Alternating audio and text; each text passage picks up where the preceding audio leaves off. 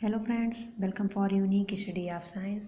Friends, आज हम BSc 3 zoology के applied and economic chemistry paper से पैरासिटोलॉजी के बारे में स्टडी करेंगे। इसमें हमें ट्रिपेनोसोमा, जियार्डिया एंड उचेरिया के बारे में स्टडी करनी है। तो फर्स्ट ऑफ ऑल हम ट्रिपेनोसोमा के बारे में बात करेंगे। ट्रिपेनोसोमा इज़ पॉलीमॉर्फ, ये पॉलीमॉर्फिज्म शो करता है।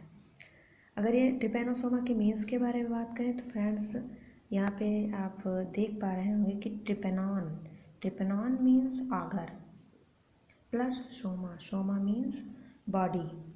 आगर, यहाँ पे इस आगर का मीन्स के बारे में बात करें तो बढ़ई के पास जो लकड़ी में छेद करने के लिए एक औजार होता है उसे आगर कहते हैं, जो यहाँ पे आगर लिया गया है। और सोमा मतलब बॉडी, तो ये इसका यही मीन्स से इसे यहाँ लिया गया है।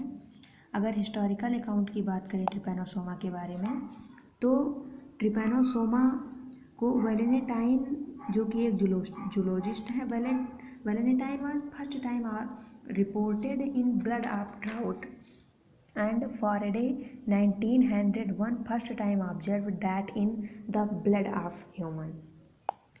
सिस्टमेटिक पोजीशन की बात करें तो ट्रिपेनोसोमा फाइलम प्रोटोजोआ से रिलेटेड है। सब फाइलम इसका सैरिकोमास्टिगोफोरा है। क्लास इसकी जू सैरिकोमास्टिगोफोरा है। Order Kinetoplastida. Genus Trypanosoma. और स्पीसीज जो कि ट्रिपेनोसोमा के हम स्टडी करने वाले हैं वो gambiense. Trypanosoma is a common parasite of the blood or most of vertebrates like fishes, amphibians, reptiles, birds, mammals. Many species of genus Trypanosoma are pathogenic, which many species are non-pathogenic। यहाँ diagram में आप देख पा रहे हो friends, यहाँ पे सभी पार्ट्स यहाँ पे दिखाए गए हैं। इसमें ये जो येलो कलर के पार्टिकल्स आपको दिख रहे हैं ये रिजर्व फूड मटेरियल्स हैं। यहाँ पे आपको फ्री फ्लैजेलम दिखाया गया है। ये यहाँ पे काइनेटोप्लास्ट दिखाया गया है ग्रीन कलर से आपको। ये यहाँ पे बेसल ग्रेन्यूल और ब्लीफेरोप्लास्ट जिससे फ्लैजेलम अटैच्ड है। यहाँ पे ये अटैच्ड फ्लैजेलम दिखाया गया। ये जो फ्लैजेलम को अटैच्ड करती है ये अनड्यूलेटिंग मेम्ब्रेन है। ये बॉडी कवर किए हुए पेलिकल है। इसकी लेंथ के बारे में बात करें तो इसकी लेंथ लगभग 50 to 30 माइक्रोन और वाइड लगभग ये 1 to 5 माइक्रोन वाइड होता है। अब इसके पॉलीमॉर्फिज्म के बारे में बात कर लेते हैं। इसकी पॉलीमॉर्फिज्म आपको बहुत अच्छे से ऑब्जर्व हो रही होगी। यहाँ पे फर्स्ट जो इसकी स्टेज है वो है लाइशमानिया। इसमें आपको देख रहे होंगे कि ट्रिपेनोसोमा जो कि राउंड है, इसका न्यूक्लियस बीच में दिखाया गया है और प्लीफेरोप्लास्ट भी यहाँ पे दिखाया गया है। सेकेंड स्टेज इसकी है लेप्टोमोनाड। इसमें फ्लैजेला जो कि छोटा सा है, इसमें अनड्यूलेटिंग मेम्ब्रेन नहीं दिखाई गई है और न्यूक्लियस जो ऊपर की साइड है, न्यूक्लियस जो यहाँ ऊपर की साइड है। इसकी सी स्टेट, तीसरी स्टेट है क्रिथिडियल। इसमें जो न्यूक्लियस है वो नीचे की तरफ दिखाया गया है। यहाँ पे बेसल ग्रेन्यूल दिखाया गया है और यहाँ पे थोड़ा छोटा लेकिन फ्री फ्लैजेलम भी दिखाया गया है और अनड्यूलेटिंग मेम्ब्रेन भी शो की गई है। और ट्रिपेनोसोमा जो कि आप देख रहे हैं ये पूरा ट्रिपेनोसोमा है जो कि अच्छे से दिखाया गया है। अगर इन तीनों स्टेजेस के बारे में बात करी जाए तो फर्स्ट स्टेज के बारे में बात कर लेते हैं, Leishmania. It is a rounded form with a nucleus. The blepharoplast and kinetoplast is located anterior to nucleus. The flagellum is related and embedded in cytoplasm. Second stage leptomonad की बात कर लेते हैं। It is elongated form with the large nucleus of blepharoplast and kinetoplast is located anterior in nucleus. The flagellum is short and free. Third stage के बारे में बात कर लेते हैं, क्रिटिडियल form. Body is elongated with a large nucleus. The blepharoblast and kinetoplast is immediately anterior to the nucleus. Your undulating membrane is conspicuous। अगर इसके morphosis के बारे में बात करें तो ट्रिपैनोसोमा गैम्बियंस इज माइक्रोस्कोपिक। इसकी मॉर्फोलॉजी के बारे में अगर बात करें तो Trypanosoma gambiense is microscopic, elongated and tapering at both and. Its anterior end is pointed while posterior end is blunt. The anterior end carry free flagellum. Body length के बारे में हम पहले ही भी बात कर चुके हैं. The body of trypanosoma has following peculiar structure. ये कई सारे पार्ट्स में इसका जो स्ट्रक्चर है वो कंप्लीट होता है, जैसे pellicle flagellum, undulating membrane, cytoplasm. Thus the cytoplasm is clear and contain greenish deep staining granules called volutin granules. Volutin granules जो कि greenish substances starred in all cytoplasm are also called reserve food material. Reproduction के बारे में अगर Trypanosoma की बात करें तो Trypanosoma gambiense reproduced only asexually by longitudinal binary fission. The division is indicated by the basal granule and followed by kinetoplast.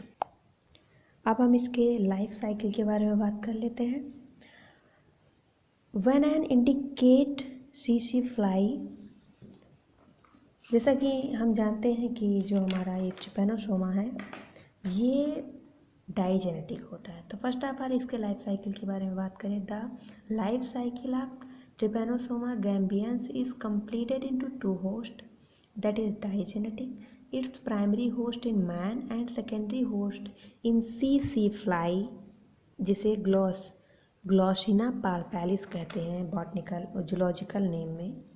अब life cycle in man के बारे में बात करें तो when I indicate CC bytes a healthy person, it inoculated few parasites in the blood of man. CC fly transmits metacyclic form trypanosoma, its salivary gland of man, and later find their way into cerebrospinal fluid. इसकी अगर multiplication के बारे में बात करें तो human के blood में पहुंचकर ये जो मेटासाइक्लिक ट्रिपैनोसोमा है ये लॉन्गिट्यूडनल लॉन्ग एंड सिलेंड्रिकल हो जाते हैं इसके फ्लैजला, और ये अपने फ्लैजला की हेल्प से ब्लड प्लाज्मा में स्विम करते रहते हैं और यहीं पर ये लॉन्गिट्यूडनल बाइनरी फिजन से मल्टीप्लिकेशन करते हैं. मेटामॉर्फोसिस की बात करें तो ये पैरासाइट होस्ट से ग्लूकोज एब्जॉर्ब नहीं कर पाने से इनका जो है मेटामॉर्फोसिस रुक जाती है और ये स्टेमी फॉर्म हो जाते हैं. और इस स्टम्पी फॉर्म में इनका जो फ्री फ्लैजलम होता है वो नहीं होता है. अब बात लाइफ साइकिल इन सीसी फ्लाई के बारे में कर लेते हैं. तो व्हेन द सीसी fly sucks the blood of infected person, it takes short stemmy form along with sucked blood. Now parasite enters into the midgut of the fly and remain there for a few days. In midgut it short multiplying by longitudinal binary fission and transfer into long cylindrical form.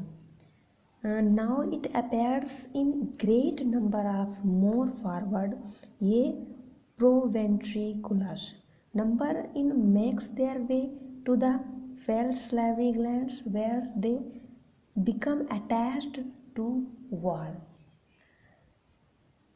salivary gland के अगर development के बारे में बात करें salivary gland के अंदर, तो सम टाइम के बाद ट्रिपैनोसोमा आसोफेगस से होते हुए salivary gland में पहुंच जाते हैं. यहाँ एक क्रिथिडियल फॉर्म में होते हैं. ये salivary gland के अंदर बाइनरी फिजन द्वारा अपने नंबर्स को अपनी जो आगे आने वाली पीढ़ी है अपनी संख्या को मेंटेन करते हैं. मतलब ये मेटासाइक्लिक ट्रिपैनोसोमा रूप में कन्वर्ट हो जाती हैं और अब जो फ्लाई है ये इन्फेक्टेड हो जाती है.